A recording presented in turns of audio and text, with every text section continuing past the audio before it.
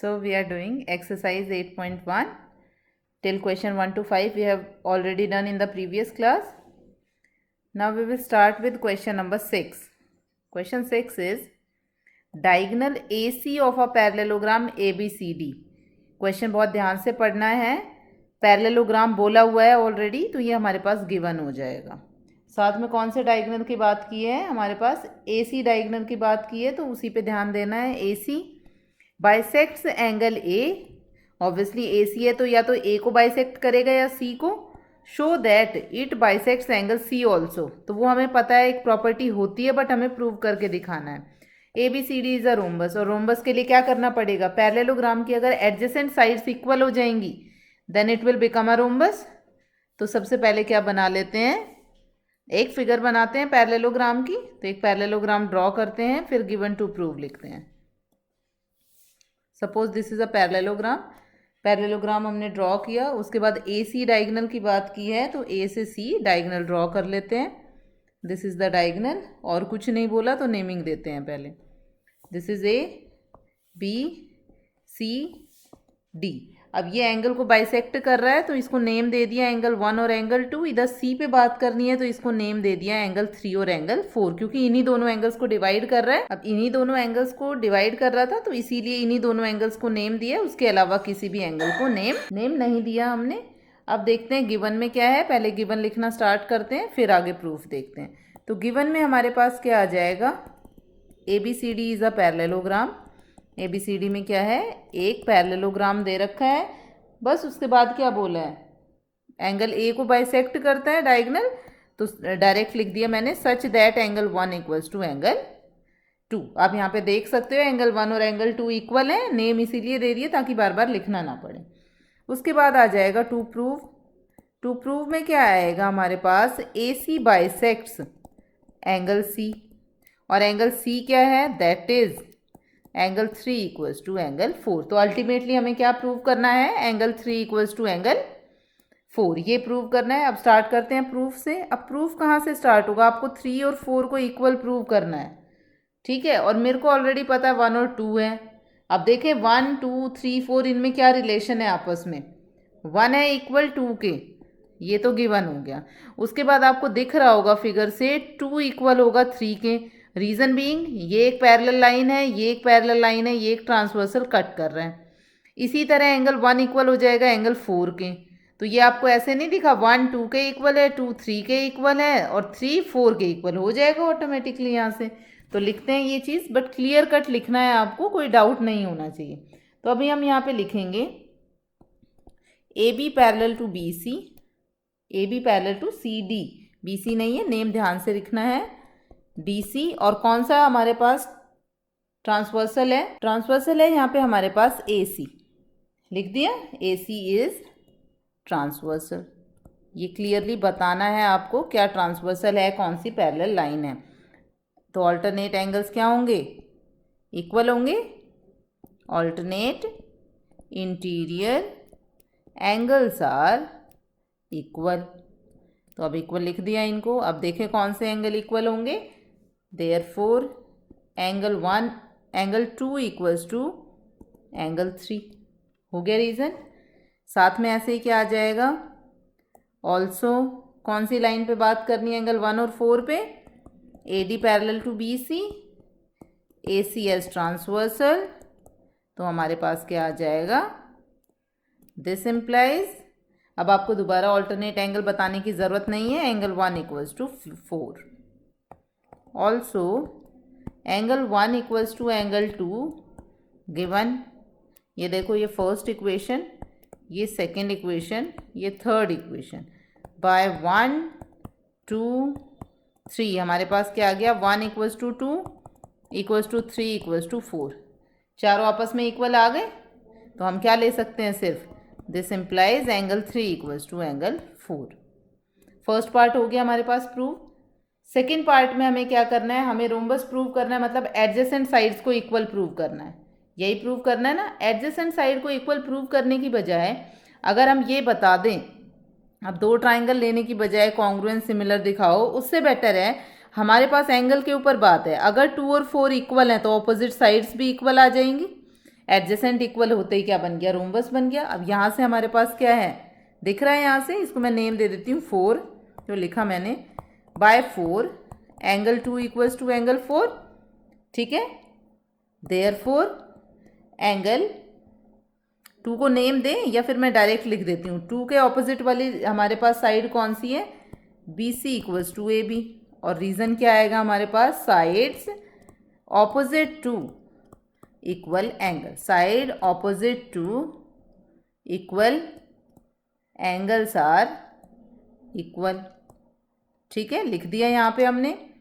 अब B C और A B equal आ गए, इसी की तरह हमारे पास क्या आ जाएगा, ऑल्सो ए बी किसके इक्वल है, सी डी के इक्वल है, एंड बी सी किसके इक्वल है, ए डी के इक्वल है, साइड्स ऑफ पैरेललोग्राम, ठीक है। तो यहाँ से क्या आ गया इन सारी इक्वेशन से, 5 6 7 बाय 5 6 7 हमें क्या मिला, A B equals to B C equals to C D equals to D A D, जो भी आप नेम लिखना चाहो। चारों साइड्स इक्वल आ गई, hence A B C D is a rhombus, ठीक है। रोम्बस हमारे पास आ गया, यही सेकंड पार्ट था। तो लास्ट में हम क्या लिख देंगे, hence proved. Question number 7 is, पहले रीड करते हैं फिर देखते हैं, आई थिंक सो 6 का कन्वर्स बनेगा। A B C D is a rhombus, देखो उसमें क्या करना था, रोम्बस प्रूव करना था, इसमें आपको क्या गिवन है, रोम्बस आपको ऑलरेडी दे दिया है। Show that diagonal A C bisects angle A and C, ये वहां पे गिवन था कि ए और सी को बाइसेक्ट करता है, ए को गिवन था, सी हमने प्रूव किया था, ठीक है। यहाँ पे शो करना है, उसी के साथ क्या बताना है, and diagonal B D bisects angle B and angle D. तो बी डी पे भी बात करनी है, ए सी पे 1 बाय 1 डील करते हैं, पहले हम ए सी के लिए बात करेंगे फिर बी डी पे बात करेंगे। तो सबसे पहले तो क्या ड्रॉ कर लेते हैं, एक रोम्बस ड्रॉ कर लेते हैं। रोम्बस ड्रॉ करने के बाद फिर आगे देखते हैं गिवन में क्या है हमारे पास। रोम्बस हमने ड्रॉ किया, दिस इज अ रोम्बस, ठीक है। इसमें डायगोनल बोला है ए सी, डायगोनल ए सी ले लिया अभी के लिए, और इधर ड्रॉ कर लेते हैं डायगोनल बी डी, ठीक है। नेम लिखा मैंने A B C and D, यही गिवन था।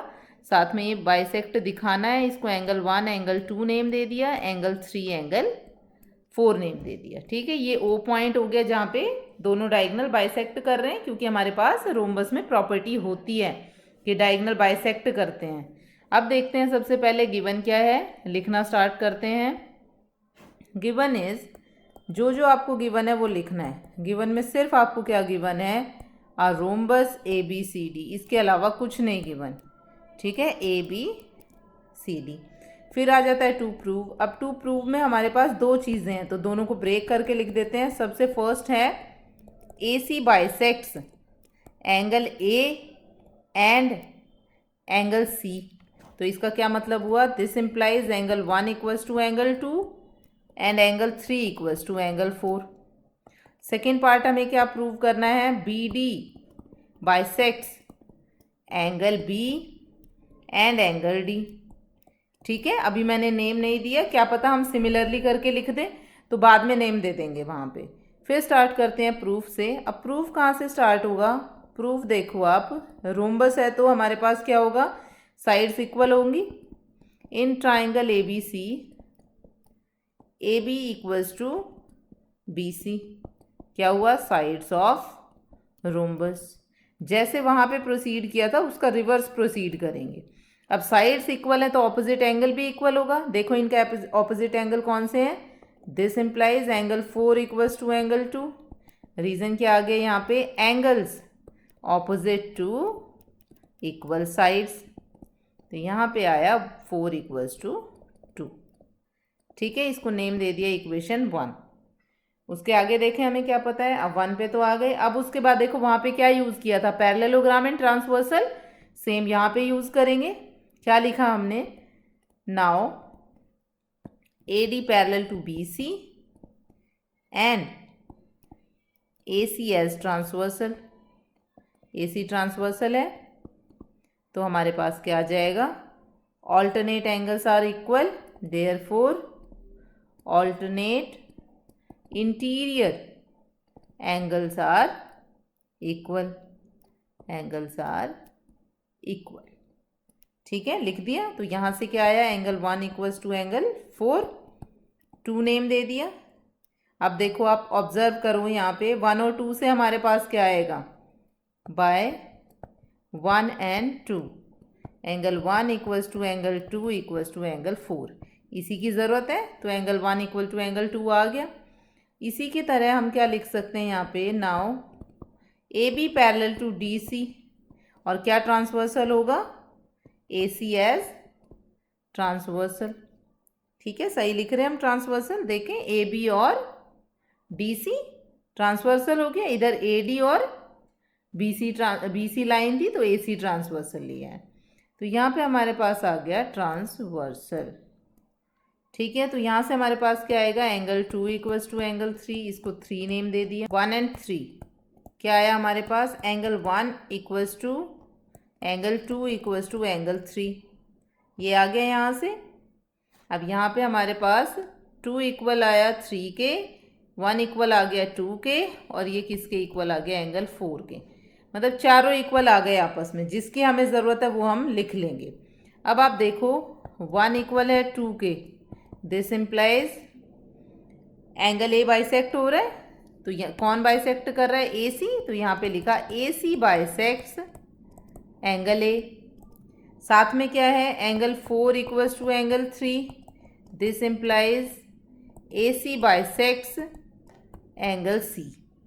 हो गया यहाँ तक फर्स्ट पार्ट हमारा प्रूव, आगे करने की ज़रूरत नहीं है। सिमिलरली आप लिख सकते हो, we can prove B D bisects angle B and angle D, क्योंकि बिल्कुल एग्जैक्ट सेम प्रोसीजर है, कुछ भी अलग नहीं है, तो आपको लिखने की ज़रूरत ही नहीं है, आप डायरेक्ट लिखोगे। और लास्ट में हमारे पास क्या आ जाएगा इधर, हैंस प्रूव्ड, क्योंकि हमने दोनों पार्ट प्रूव कर दिए। Now the next question is question 8। ABCD is a rectangle in which diagonal AC bisects angle A as well as angle C. Show that ABCD is a square. Diagonal BD bisects angle B and D. देखो ऊपर वाले दोनों questions की तरह है, वहाँ पे rectangle ना गिवन होके क्या गिवन था, रोम्बस गिवन था, और यहाँ पे हमें क्या प्रूव करना है, उसको स्क्वायर प्रूव करना है, और वहाँ पे पैरेललोग्राम प्रूव करना था। तो एग्जैक्ट सेम प्रोसीजर से हो जाएगा, कुछ भी डिफरेंट नहीं होगा। लिखना स्टार्ट करते हैं फटाफट से। मैंने लिखा गिवन, गिवन से पहले फिगर ड्रॉ कर लेते हैं, तभी हमें क्लियर होगा। फिगर हम ड्रॉ करते हैं, suppose this is the figure, ये रेक्टेंगल है, and this is the diagonal जो कट कर रहा है। नेम दे दिया हमने ए बी सी डी, इधर एंगल 1 2 3 4। अब तो याद भी हो गया होगा हमें कौन कौन से स्टेप लिखने हैं, वही सारे स्टेप्स यहाँ पे लिखना स्टार्ट करते हैं। अब हमें क्या गिवन था, अ रेक्टेंगल ABCD, और ABCD में हमारे पास क्या गिवन है, सच दैट AC बाइसेक्ट कर रहा है, so angle 1 equals to angle 2 and angle 3 equals to angle 4। Direct लिख दिया हमने। फिर उसके बाद आ गया टू प्रूव। टू प्रूव में क्या प्रूव करना है हमें, ABCD इज अ स्क्वायर। तो ABCD अगर स्क्वायर प्रूव करना है तो क्या करना पड़ेगा, रेक्टेंगल की एडजेसेंट साइड्स इक्वल प्रूव करनी पड़ेगी, बस उसके बाद हो जाएगा। अब देखो AD पैरेलल टू BC, जैसे अभी तक करते आ रहे थे, AC एज ट्रांसवर्सल, तो हमारे पास कौन से एंगल इक्वल होंगे, alternate angle, therefore angle 1 equals to angle 4, reason being alternate angles. हो गया यहाँ तक। हम सेम प्रोसीजर जाना चाह रहे हैं ताकि हम ऑपोजिट साइड्स इक्वल दिखा सकें, एंगल के opposite. Now angle 1 equals to angle 2, और साथ में क्या है हमारे पास 1 इक्वल्स टू 4, तो यहाँ से क्या आया, this implies angle 2 equals to angle 4। This implies इनकी ऑपोजिट साइड्स क्या हैं, BC इक्वल्स टू AB। यहाँ पे क्या लिख दिया, side opposite to equal angles are equal angles. BCAB आ गया, बट BC किसके इक्वल है, AD के, एंड AB किसके इक्वल है, CD के। Reason being sides of rectangle, क्योंकि रेक्टेंगल की ऑपोजिट साइड्स इक्वल होती हैं, ठीक है। हैंस क्या हो गया यहाँ से, चारों sides equal, A B equals to B C equals to C D equals to D A, therefore A B C D is a square. Rectangle में चारों साइड्स इक्वल दिखा दी तो वो क्या बन जाएगा, हमारे पास एक स्क्वायर बन जाएगा। इजी क्वेश्चन था, 6th और 7th के प्रोसीजर से था, इसलिए बहुत ही जल्दी हो गया।